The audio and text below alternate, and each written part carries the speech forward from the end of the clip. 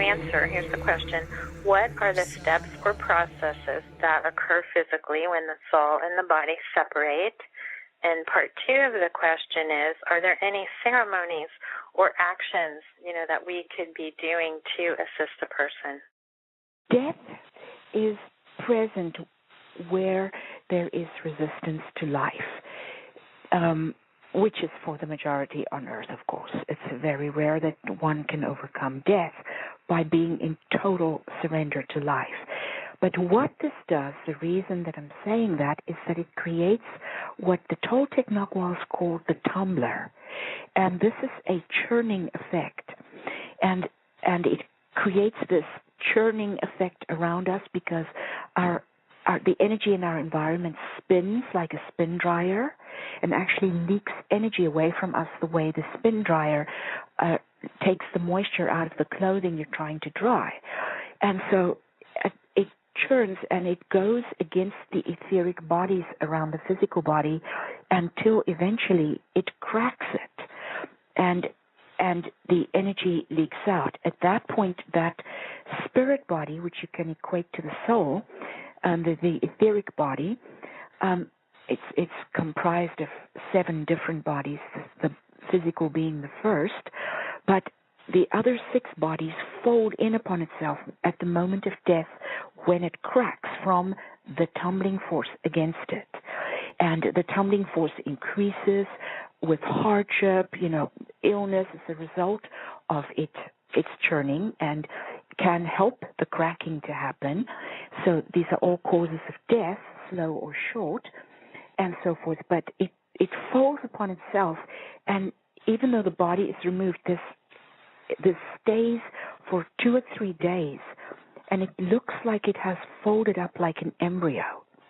And the body might be dead, but this is very much alive and present there, and it's just energy, because from it, the actual soul moves out with a volition of its own. They can linger up to about 3 days normally.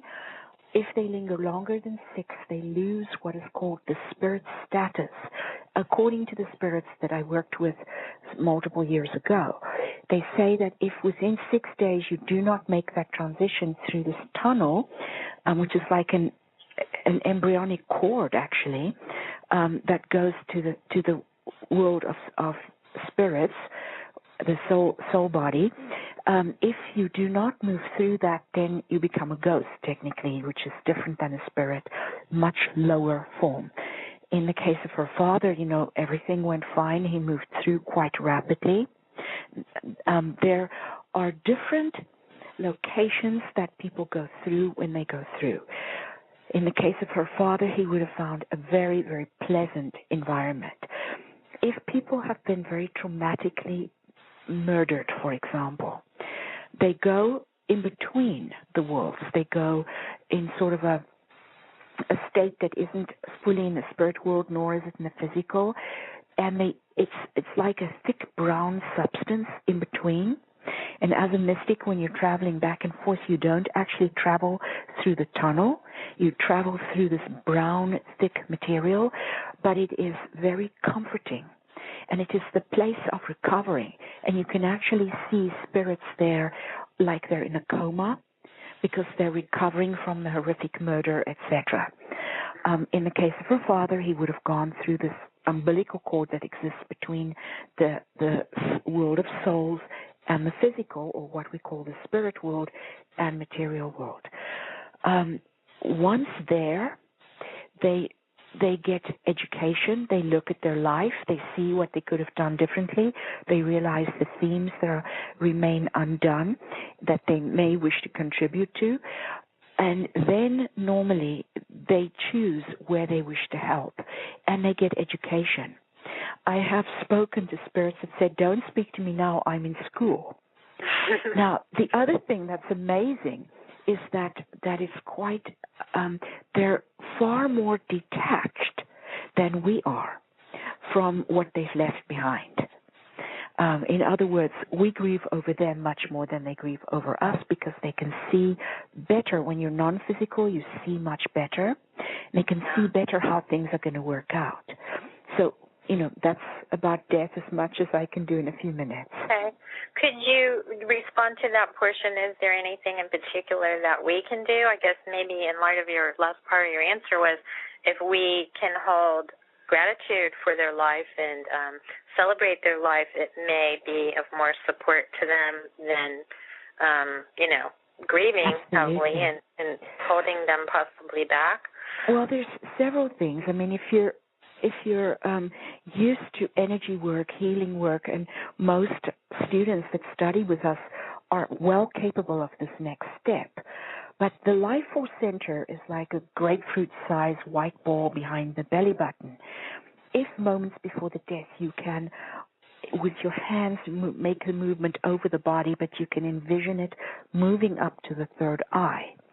That helps the person retain memory from lifetime to lifetime. If the person has had horrific life, this is not necessarily something that is beneficial. But if they've had a really beautiful life, that is something you can do. Then the next thing is to sing the death song to them. If her father, for instance, was a staunch Christian, she may sing Onward Christian Soldiers or something, that would have meaning for him. If he was a patriot to the end, she might sing, Stars and Stripes. Who knows what you sing, but it's something that's meaningful for the person that will help them move through, like you're singing them through. That is a native custom, singing the death song for people, but it's actually far beyond that. It comes from the goddess archetypes. There's the singer of the death song, and this is a very comforting thing for them. That's so touching. I've been aware of that idea that Native Americans and other indigenous peoples would do that, and probably other cultures I'm not aware of, but to support the frequency of, having the person feel comfortable and, supported through the process. But it takes on a new meaning the way you're explaining it. It's like almost like a welcome to, go on the journey or whatever. Yes.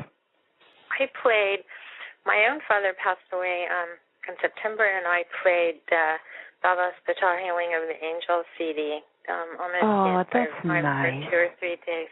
And I hope it was really nice for him. I was comforted by it, and I know people would come in and go, "That's really nice music. What is that?" Now that would be nice, Jan, because all those angels would have been there. Yeah, it seemed very nice. That music calls the angels in.